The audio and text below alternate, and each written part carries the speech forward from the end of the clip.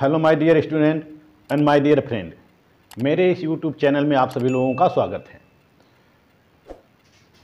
मैं आप लोगों को इस समय यूनिट 7 से राष्ट्र निर्माण की चुनौतियां बता रहा हूं।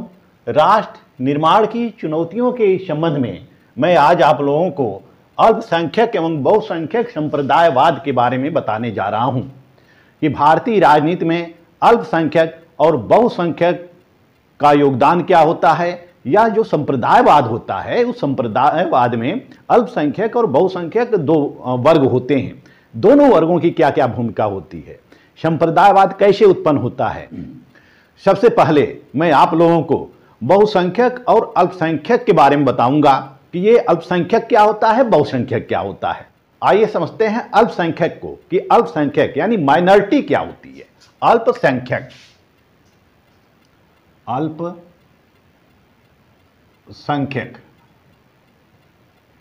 माइनॉरिटी जिसको हम कहते हैं माइनॉरिटी, ये माइनॉरिटी होती क्या है। देखिए, माइनॉरिटी जो होती है यानी कि अल्पसंख्यक शब्द से जो तात्पर्य होता है ऐसे समूह से होता है जिसकी जनसंख्या संपूर्ण जनसंख्या के आधी से भी कम हो। यानी कि जो अल्पसंख्यक समुदाय होता है ऐसा समुदाय होता है जिसकी जनसंख्या आधी जनसंख्या से भी कम हो और अन्यों से भिन्न हो, तथा जो विशेष रूप से धर्म, परंपराओं, संस्कृति, भाषा आदि के दृष्टि से प्रधान वर्ग रहा हो। यानी कि जो धर्म के आधार पर, भाषा के आधार पर, संस्कृति के आधार पर प्रधान वर्ग रहा हो, उस वर्ग को हम क्या कहते हैं, यानी प्रधान वर्ग रहा हो परंतु वो संख्या में कम हो, आधे से भी कम हो, तो उसको हम अल्पसंख्यक कहते हैं। राष्ट्रीय अल्पसंख्यक आयोग अधिनियम 1992 के अनुसार 1992 में एक आयोग का गठन किया गया और उस आयोग ने कुछ सुझाव दिया।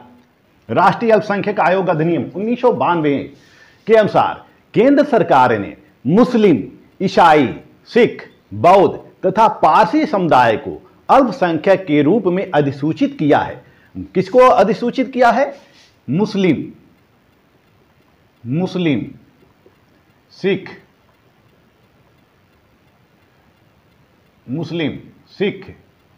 ईसाई, बौद्ध,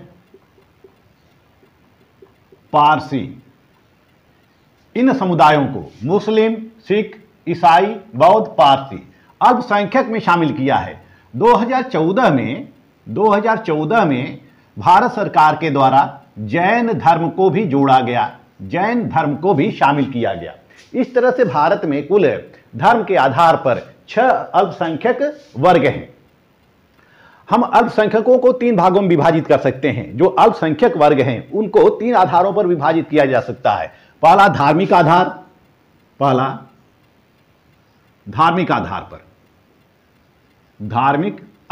पर, दूसरा भाषाई आधार, भाषा के आधार पे जो लोग अल्पसंख्यक वर्ग में आते हैं। तीसरा कुछ जनजातियां हैं, जनजातियां या जनजातीय आधार पर, जनजातीय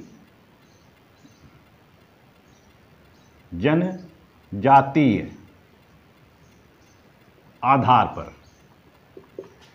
3 आधारों पर हम अल्पसंख्यक वर्ग को विभाजित कर सकते हैं। जो धार्मिक आधार पे अल्पसंख्यक वर्ग होता है यानी कि धार्मिक धर्म के आधार पे होता है, जैसे कि हिंदू, मुस्लिम, सिख, ईसाई वगैरह वगैरह जितने भी धर्म हैं, तो धर्म के आधार पर हम अल्पसंख्यक वर्ग को परिभाषित करते हैं या उसको डिवीजन करते हैं, विभाजित करते हैं। जैसे कि भारत में राष्ट्रीय स्तर पर धार्मिक अल्पसंख्यकों के संबंध में वे जातियां हैं, वे समुदाय हैं। धार्मिक अल्पसंख्यकों के संबंध में वे समुदाय हैं जो हिंदू धर्म के अलावा किसी अन्य धर्म को मानते हैं। यानी कि जो लोग हिंदू धर्म को नहीं मानते हैं वह अन्य धर्म को मानते हैं, उन्हें अल्पसंख्यक माना जाता है। क्योंकि देश की जो 80% आबादी है हिंदू धर्म को मानती है। यानी कि भारत में जो 80% लोग हैं वह हिंदू धर्म को मानते हैं। अब हिंदू धर्म में यानी कि धार्मिक आधार पर हम किसको कर सकते हैं? धार्मिक आधार पर मुस्लिम, धार्मिक आधार पर जो मुस्लिम हैं यह क्या है? अल्पसंख्यक वर्ग हैं। यानी कि राष्ट्रीय स्तर पर जो मुस्लिम समुदाय है वह सबसे बड़ा अल्पसंख्यक वर्ग है। इनकी जो आबादी है 2011 जनगणना के अनुसार वह 16% है। मुस्लिम की आबादी कितनी है? 16% है। दूसरा अल्पसंख्यक वर्ग ईसाई वर्ग है। ईसाई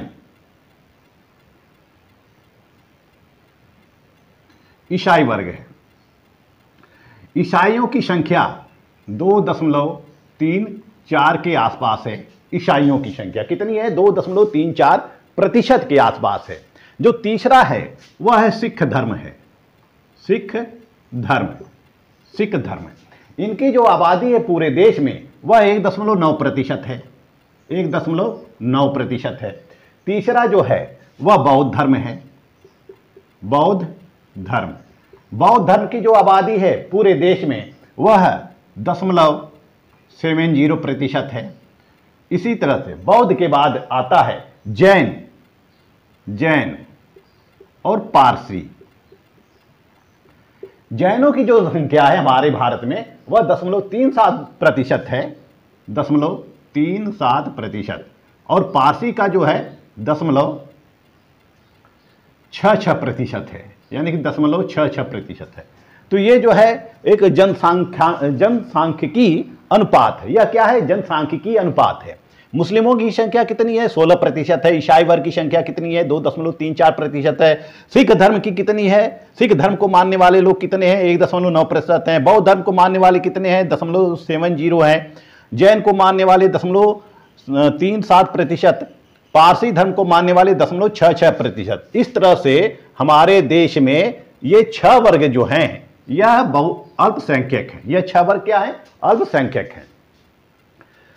लेकिन इसमें कुछ ऐसे अल्पसंख्यक वर्ग हैं जो किसी राज्य में बहुसंख्यक के रूप में हैं। जैसे जम्मू कश्मीर को ले सकते हैं, केरल को ले सकते हैं। जम्मू कश्मीर,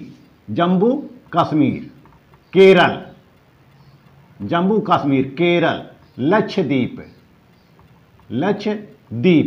जम्मू कश्मीर, केरल, लक्षद्वीप में जो मुस्लिम समुदायों की संख्या ज़्यादा है। जम्मू कश्मीर, केरल और लक्षद्वीप में मुस्लिम समुदायों की संख्या ज़्यादा है।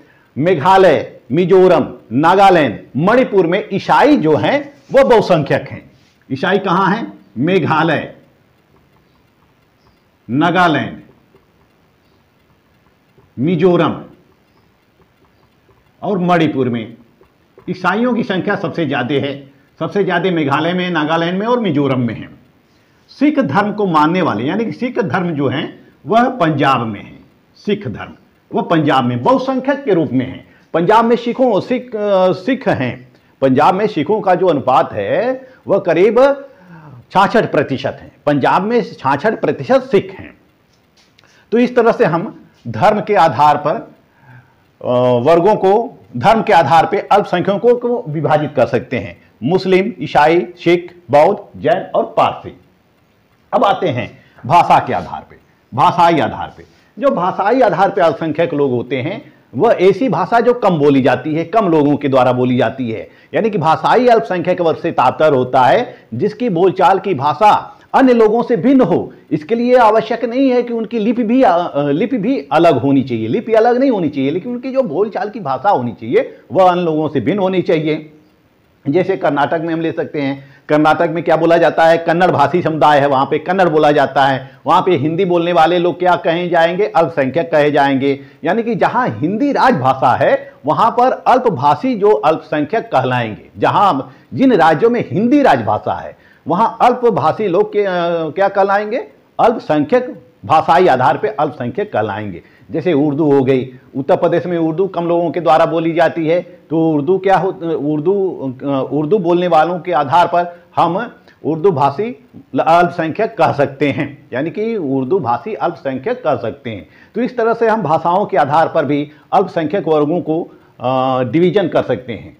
अब तीसरा आते हैं जनजातीय अल्पसंख्यक, यानी जनजातीय आधार पर।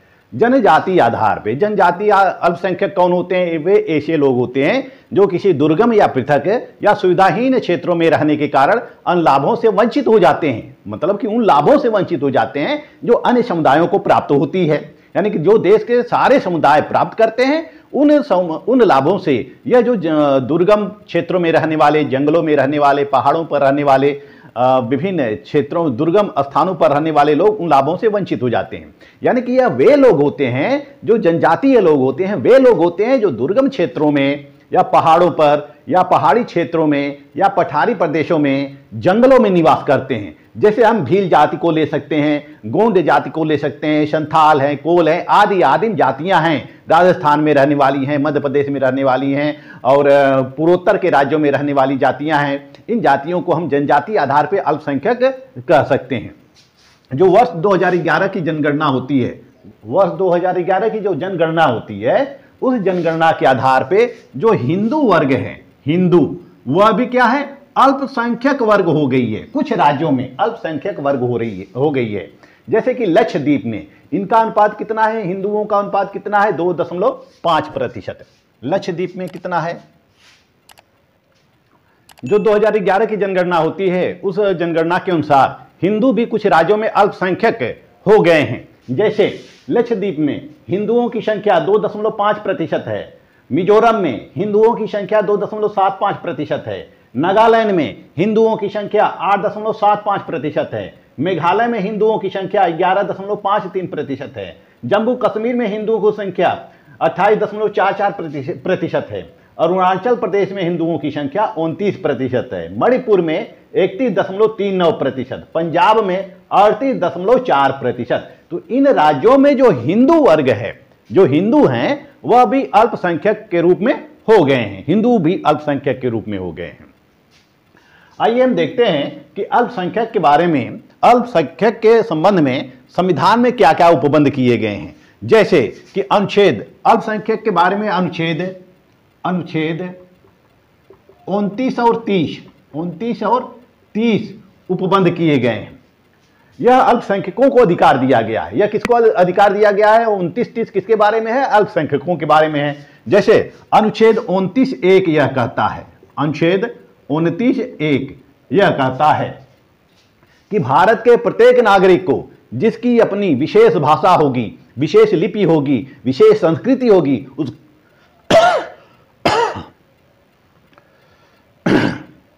अनुच्छेद 29(1) कहता है कि भारत के प्रत्येक नागरिक को जिसकी अपनी भाषा होगी, अपनी लिपि होगी, अपनी संस्कृति होगी, उस सुरक्षित रखने का अधिकार होगा।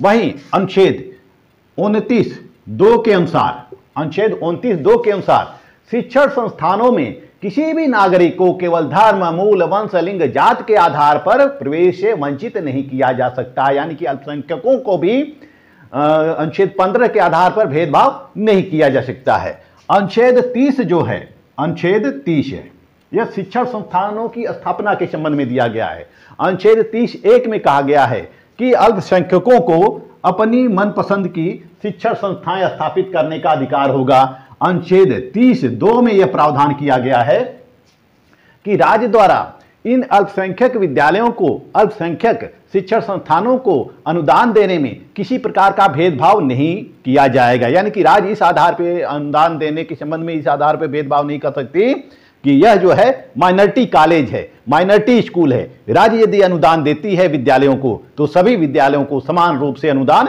देना होगा।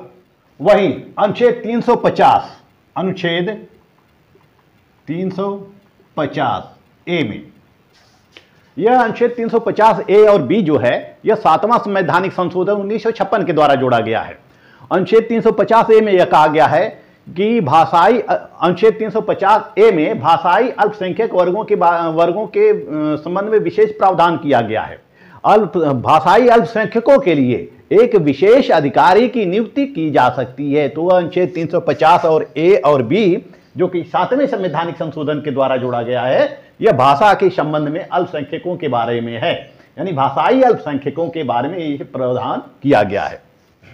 आइए हम देखते हैं कि हमारे भारत में अल्पसंख्यक वर्ग का निर्धारण कैसे किया गया है। यानी कि भारत में अल्पसंख्यकों का निर्धारण कैसे किया गया है। अल्पसंख्यकों के निर्धारण के संबंध में पूरे भारत को एक इकाई माना गया। ये जो पूरा भारत है, इंडिया है, इसको एक इकाई मान लिया गया है। पूरे भारत को एक इकाई मानकर वहां जनसंख्या का अनुपात निकालकर जनसंख्या के आधार पर अल्पसंख्यक का विभाजन किया गया है, जबकि अल्पसंख्यक वर्ग का जो निर्धारण होना चाहिए वह राज्य या क्षेत्र को इकाई मानकर होना चाहिए। राज्य या क्षेत्र को इकाई मानना चाहिए। हमें किसको इकाई मानना चाहिए? इस इंडिया में जितने भी राज्य हैं उन राज्यों को इकाई मानना चाहिए। राज्य को यानी कि देश को, राष्ट्र को इकाई नहीं मानना चाहिए। राष्ट्र को इकाई या देश को इकाई नहीं मानना चाहिए, राज्य को इकाई मानना चाहिए। यानी कि जैसे कि यूपी है, बिहार है, इसमें निर्धारण करना चाहिए कि इसमें कौन से धर्म के लोग, किस धर्म के लोग अधिक हैं या किस जात के लोग अधिक हैं, या भाषा के आधार पे कौन सी भाषा कम बोली जाती है। तो ये राज्य या प्रदेश के आधार पर, प्रदेश या क्षेत्र के आधार पर अल्पसंख्यकों का निर्धारण करना चाहिए। जैसे कि हमारे भारत के अंतर्गत पूरे राष्ट्र को इकाई मानकर अल्पसंख्यक का निर्धारण किया गया है, लेकिन भारत के किसी किसी राज्य में जो अल्पसंख्यक वर्ग हैं वह बहुसंख्यक के रूप में हैं। जैसे हम जम्मू कश्मीर को ले सकते हैं, J&K, यहाँ पर कौन है बहुसंख्यक? मुस्लिम वर्ग जो है बहुसंख्यक है प्लस। इसी तरह से हम मेघालय में ले सकते हैं, मेघालय में कौन बहुसंख्यक है? यहाँ पर ईसाई वर्ग के लोग, ईसाई धर्म बहुसंख्यक के रूप में विद्यमान है। इसी तरह से हम मिजोरम को ले सकते हैं, मिजोरम में भी ईसाई धर्म की प्रधानता है, ईसाई मानने वालों की संख्या अधिक है। हम फिर किसको ले सकते हैं? नागालैंड को ले सकते हैं, नागालैंड में भी कौन कौन धर्म है? ईसाई धर्म है। केरल में ले सकते हैं, केरल में किस धर्म की प्रधानता है? मुस्लिम की प्रधानता है। यहाँ मुस्लिम वर्ग जो है बहुसंख्यक के रूप में है। इसी तरह से हम पंजाब को भी ले सकते हैं, पंजाब में सिख धर्म को मानने वालों की संख्या अधिक है, लगभग 66% सिख पंजाब में हैं। तो इस तरह से कुछ राज्यों में ईसाई बहुसंख्यक हैं, कुछ राज्यों में पंजाब में सिख बहुसंख्यक के रूप में है। तो जो अल्पसंख्यकों को मिलने वाली सुविधाएं होती हैं वह इनको मिलती है, हिंदुओं को नहीं मिलती है। जैसे कि जम्मू कश्मीर में मुस्लिम बहुसंख्यक वर्ग है और यह जो हिंदू हैं यह अल्पसंख्यक वर्ग हैं, हिंदू जो हैं अल्पसंख्यक वर्ग हैं। जब राज्य को इकाई मानकर अल्पसंख्यक वर्ग का निर्धारण किया जाएगा, तो इस राज्य में तब हिंदू बहुसंख्यक होंगे। इस राज्य में तब हिंदू अल्पसंख्यक होंगे। तो अल्पसंख्यकों के संबंध में जो संवैधानिक प्रावधान है या अल्पसंख्यकों के संबंध में जो भी सुविधाएं प्रदान की जाती हैं तब यह हिंदुओं को मिलेगी, मुस्लिमों को नहीं मिलेगी। लेकिन जम्मू कश्मीर में क्या है कि मुस्लिम बहुसंख्यक हैं, लेकिन सारी सुविधाएं कौन प्राप्त करता है? मुस्लिम प्राप्त करता है, वह हिंदू वर्ग नहीं प्राप्त करता है। हिंदू क्या है? दब गया है, कुचल गया है, वह उनके अधीन हो गया है, या कभी कभी हिंदुओं का निर्वासन भी वहां से होता रहा है। तो हिंदू अल्पसंख्यक हैं। इसी तरह से हम मेघालय में ले सकते हैं, मिजोरम, नागालैंड में ले सकते हैं। यहाँ ईसाई धर्म की प्रधानता है, यहाँ ईसाइयों की संख्या अधिक है, यहाँ हिंदू अन्य धर्म के लोग क्या हैं वह अल्पसंख्यक हो गए हैं। तो यहाँ पर अल्पसंख्यक का, मिजोरम में अल्पसंख्यक का निर्धारण या मेघालय में या नागालैंड में अल्पसंख्यक का निर्धारण यहाँ के क्षेत्रीय जनसंख्या को मानकर करना चाहिए। यहाँ पर हिंदू अल्पसंख्यक हो गए हैं, हिंदू क्या है? वह अल्पसंख्यक हो गए हैं। तो इस तरह से हम देखते हैं कि इन राज्यों में हिंदू समुदाय जो हुआ वह अल्पसंख्यक हुआ, और इन राज्यों में जो सुविधाएं हैं सिर्फ इन मुसलमान या ईसाइयों को ही मिलती है, हिंदुओं को नहीं मिलती है, जबकि वहां पर हिंदू क्या है? अल्पसंख्यक हैं। तो इस तरह से हम देखते हैं कि हमारे भारत में अल्पसंख्यक का निर्धारण जो किया गया है वह भारत को इकाई मानकर किया गया है, न कि राज्यों को इकाई मानकर किया गया है, जबकि राज्यों को इकाई मानकर करना चाहिए। राज्यों को इकाई मानकर अल्पसंख्यक और बहुसंख्यक का निर्धारण करना चाहिए। आइए अब देखते हैं बहुसंख्यक वर्ग क्या होता है। मेजोरिटी क्या होती है? मेजोरिटी हम किसको कहेंगे? मेजोरिटी, ये जो मेजोरिटी होती है ऐसे लोग होते हैं इसमें, यानी कि ऐसे लोगों को जिनकी जाति के आधार पर, धर्म के आधार पर, भाषा के आधार पर संख्या अधिक होती है या उनकी बहुलता होती है, तो उसको हम बहुसंख्यक समुदाय कहते हैं। जैसे कि भारत में हिंदू बहुसंख्यक हैं, इनकी संख्या करीब 80% के आसपास है, लगभग 80% के आसपास है। परंतु कुछ राज्यों में, जैसा कि मैंने बताया कि यह हिंदू अल्पसंख्यक के रूप में हैं, जैसे जम्मू कश्मीर, केरल, नागालैंड, मेघालय, मिजोरम, पंजाब आदि राज्यों में। तो बहुसंख्यक वर्ग ऐसा वर्ग होता है जिनकी संख्या अधिक होती है, यानी कि जो भाषा की बहुलता होती है, जात की बहुलता होती है, धर्म की बहुलता होती है। तो भारत में हिंदुओं की बहुलता है, हिंदुओं की संख्या करीब 2011 की जनगणना के अनुसार 79% के आसपास है, 79 से 80% के आसपास है, यानी 79 से 80% के आसपास है हिंदुओं की संख्या। तो इस आधार पे हिंदू क्या हुआ? बहुसंख्यक हुआ। अब हम देखते हैं कि हिंदू बहुसंख्यक है, वही मुस्लिम, ईसाई, जैन, बौद्ध, ये जो बौद्ध और जैन हैं इनको संविधान के अंतर्गत हिंदू धर्म में ही रखा गया है, हिंदू धर्म में ही रखा गया है। जो बौद्ध धर्म है, जैन धर्म है, बौद्ध धर्म है, जैन धर्म है, सिख धर्म है, इन सबको हिंदू धर्म में ही शामिल किया गया है। आइए हम देखते हैं कि अल्पसंख्यक और बहुसंख्यक के बीच जो संप्रदायवाद संबंधी समस्या उत्पन्न होती है, वो संप्रदायवाद समस्या कैसे उत्पन्न होती है। तो सबसे पहले हम संप्रदायवाद को समझते हैं। यह संप्रदायवाद होता क्या है? संप्रदायवाद, यह जो संप्रदायवाद है यानी कि अपने संप्रदाय से संबंधित विचारधारा है, अपने धर्म से संबंधित विचारधारा है। जो लोग अपने धर्म को श्रेष्ठ समझते हैं और अपने धर्म को श्रेष्ठ मानते हैं और दूसरे धर्म की अवहेलना करते हैं और दूसरे धर्म के विनाश के लिए या उनको नुकसान पहुंचाने का कार्य करते हैं, तो ऐसे वर्गों को, ऐसे समुदायों को हम संप्रदायवाद के नाम से जानते हैं। जब एक धार्मिक समूह होता है, यानी कि जो एक धार्मिक समूह होता है या समुदाय समझबूझकर अपने को अलग वर्ग मानकर धार्मिक सांस्कृतिक भेदों के आधार पर अपने लौकिक हितों की भिन्नता को रेखांकित करता है, यानी कि अपने को जो विशेष वर्ग होता है, विशेष समुदाय होता है, वह अपने को अलग मानता है, अपने लौकिक हितों को अलग मानता है और अपनी मांगों को राष्ट्रीय एवं सांस्कृतिक हितों से अधिक प्राथमिकता देता है, तो उसे सांप्रदायिकता कहा जाता है। सांप्रदायिकता की सबसे अच्छी परिभाषा विसेंट स्मिथ के द्वारा दी गई है। विसेंट स्मिथ के द्वारा दी गई है। विसेंट स्मिथ का कहना है कि एक सांप्रदायिक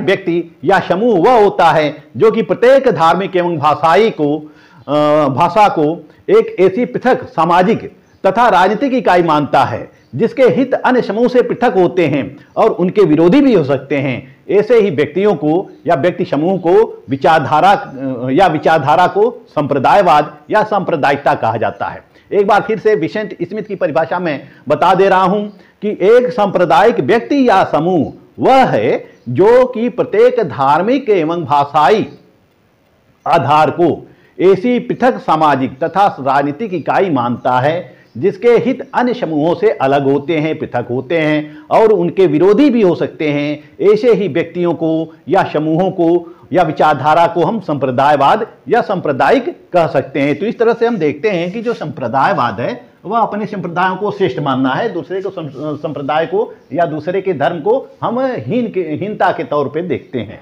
तो सांप्रदायिकता से तात्पर्य उस संकीर्ण मनोवृत्ति से है जो धर्म और संप्रदाय के नाम पर पूरे समाज तथा राष्ट्र के व्यापक हितों के विरुद्ध व्यक्ति केवल अपने व्यक्तिगत धर्मों के हितों को प्रोत्साहित करने तथा उन्हें संरक्षण देने की भावना को महत्व देता है। यानी कि उसको वह राष्ट्रीय हित को महत्व नहीं देता है, वह राष्ट्रीय हित को महत्व नहीं देता है, वह सामाजिक हित को महत्व नहीं देता है, अपने धार्मिक हितों को महत्व देता है, धार्मिक हितों को महत्व देता है, उनको संरक्षण प्रदान करने की बात करता है। तो ऐसे व्यक्ति या व्यक्ति समूह को हम सांप्रदायिक कह सकते हैं। यह एक समुदाय या धर्म के लोगों के द्वारा दूसरे समुदाय या धर्म के विरुद्ध किए गए शत्रु भाव को हम सांप्रदायिक कह सकते हैं। यानी कि एक कहने का आशय यह है कि एक समुदाय या धर्म के लोगों द्वारा दूसरे समुदाय या धर्म के विरुद्ध किए गए शत्रु भाव को सांप्रदायिक रूप में हम ले सकते हैं या सांप्रदायिक रूप में अभिव्यक्त कर सकते हैं। यानी कि जब हम दूसरे धर्मों के साथ शत्रुभाव से कार्य करते हैं, दूसरे धर्मों के लिए शत्रुभाव से कार्य करते हैं, तो हमारे कार्य क्या होते हैं? सांप्रदायिक होते हैं। दूसरे धर्म को नीचा दिखाने का कार्य करते हैं, दूसरे धर्म को हानि पहुंचाने का कार्य करते हैं, अपने धर्म को हम सबसे अधिक श्रेष्ठ मानते हैं, ऊंचा मानते हैं और अपने धर्म को ही महत्व देते हैं। तो ऐसे व्यक्तियों को, व्यक्ति समूहों को क्या हम कर सकते हैं? सांप्रदायिक कह सकते हैं। तो ये जो सांप्रदायिक है इसकी शुरुआत होती कैसे है, इसको भारतीय राजनीति में या भारत में सांप्रदायिकतावाद की शुरुआत कैसे होती है। जैसा कि भारत जो था वह एक हिंदू राष्ट्र था, हिंदू राष्ट्र था। हम सभी जानते हैं कि भारत एक हिंदू राष्ट्र था, हिंदू राष्ट्र, भारत एक हिंदू राष्ट्र होता है।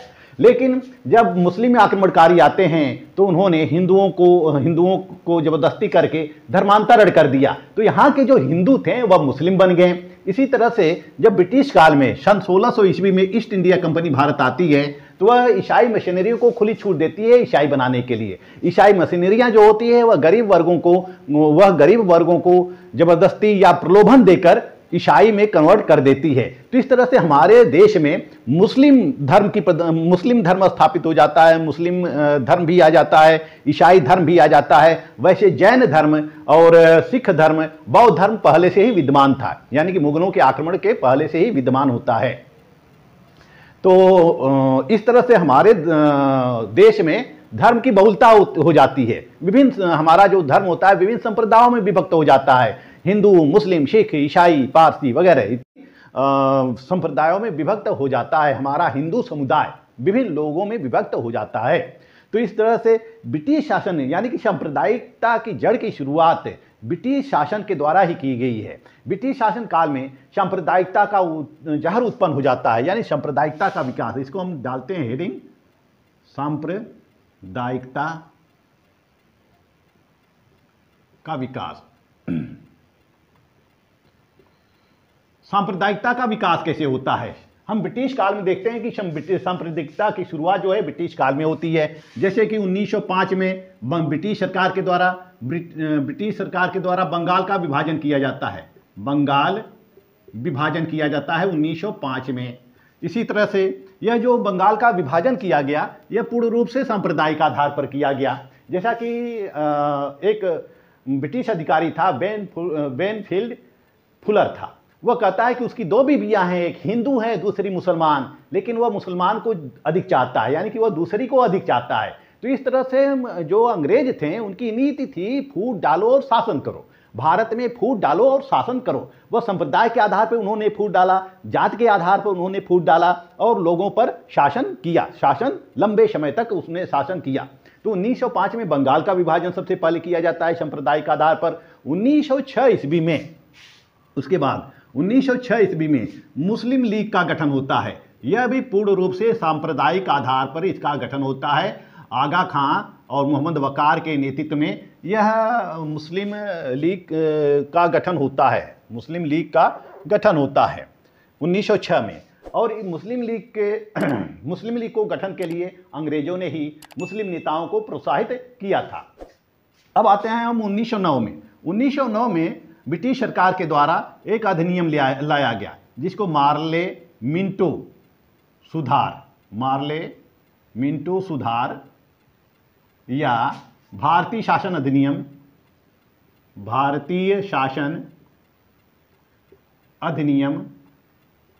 1909 कहते हैं।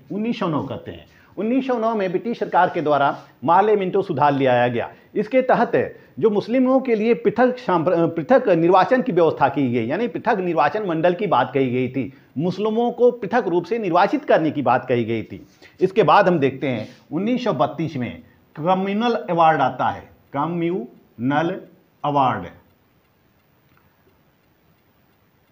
कम्युनल अवार्ड की घोषणा की जाती है। यह भी पूर्ण रूप से सांप्रदायिक आधार पर की जाती है। कम्युनल अवार्ड की घोषणा पूर्ण रूप से सांप्रदायिक आधार पर की जाती है। 1940 में देखते हैं, 1940 में पाकिस्तान की मांग होती है। यह भी सांप्रदायिक आधार पर ही होती है, यानी कि जिन्ना का द्विराष्ट्र सिद्धांत, उसने द्विराष्ट्र सिद्धांत दिया पाकिस्तान की मांग को लेकर, पाकिस्तान के निर्माण को लेकर। और 1940 से मुस्लिम लीग के द्वारा पाकिस्तान की मांग की जा रही थी और यह भी पूर्ण रूप से सांप्रदायिक आधार पर होता है। 1947 में जो भारत का बंटवारा होता है, 1947 में जो भारत का बंटवारा होता है यह पूर्ण रूप से सांप्रदायिक आधार पर होता है, यानी कि मुसलमानों के लिए अलग स्थान यानी कि पाकिस्तान और हिंदुओं के लिए तो हिंदुस्तान तो था ही, भारत तो था ही। तो मुसलमानों ने, मुस्लिम नेताओं ने सांप्रदायिक आधार पर पाकिस्तान के निर्माण की मांग की और अंततः 1947 में भारत 2 टुकड़ों में विभाजित हो गया। एक टुकड़ा क्या बन गया? पाकिस्तान बन गया। यानी कि भारत से ही एक पाकिस्तान का निर्माण हो जाता है, वो मुस्लिमों के लिए अलग स्थान सुरक्षित हो जाता है। तो इस तरह से स्वतंत्रता काल में हम देखते हैं कि सांप्रदायिकता की शुरुआत हो जाती है। स्वतंत्रता काल के पश्चात जब भारत स्वतंत्र होता है तो भी कभी कभी हमारे देश में सांप्रदायिक घटनाएं होती रहती हैं। जैसे कि 1984 में हम ले लें, सिख विरोधी दंगे होते हैं। 1984 में सिख विरोधी दंगे होते हैं। कांग्रेस सरकार के द्वारा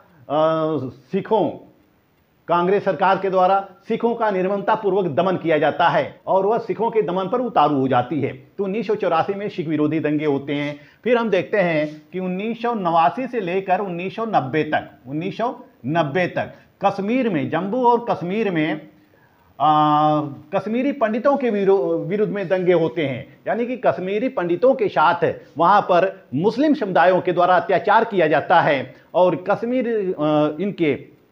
इनके साथ विभिन्न प्रकार के अत्याचार किए जाते हैं। और परिणाम यह होता है कि जो कश्मीरी पंडित होते हैं 1990 से कश्मीर के अधिकांश भागों से पलायन कर जाते हैं, यानी कि कश्मीर को छोड़ देते हैं। फिर 2002 में देखते हैं, 2002 में गुजरात में दंगा होता है। बड़े पैमाने पर गुजरात में दंगा होता है। यह भी हिंदू मुस्लिम के बीच था। यह सांप्रदायिक आधार पर गुजरात में दंगा हुआ था। फिर हम देखते हैं कि 2013 में उत्तर प्रदेश के मुजफ्फरपुर जिले में दंगा हुआ। यह भी सांप्रदायिक आधार पर होता है। तो जो दंगे होते हैं यह सांप्रदायिक आधार पर ही होते हैं। यानी कि जहां अल्पसंख्यक वर्ग होता है, जहां अल्पसंख्यक वर्ग कम संख्या में होता है, वहां बहुसंख्यक वर्ग उसको दबाने का प्रयास करता है, अपनी बात मनवाने का प्रयास करता है। यानी कि वहां पर वह हावी रहता है। जहां पर अल्पसंख्यक वर्ग बहुसंख्यक के रूप में होता है और बहुसंख्यक वर्ग अल्पसंख्यक के रूप में होता है, वहां अल्पसंख्यक वर्ग के द्वारा दमन किया जाता है, अत्याचार किया जाता है। जम्मू कश्मीर इसका सर्वश्रेष्ठ उदाहरण है। जम्मू कश्मीर को हम देख सकते हैं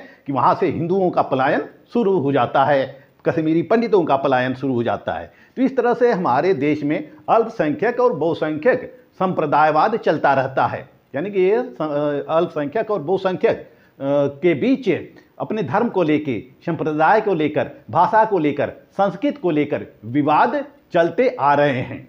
इस वीडियो में मैंने आपको अल्पसंख्यक और बहुसंख्यक के बारे में बताया। अल्पसंख्यक क्या होता है, बहुसंख्यक वर्ग क्या होता है, और सांप्रदायिकता के विकास से भी अवगत कराया कि भारत में सांप्रदायिकता का विकास कैसे होता है। सांप्रदायिकता का विकास से अवगत कराया।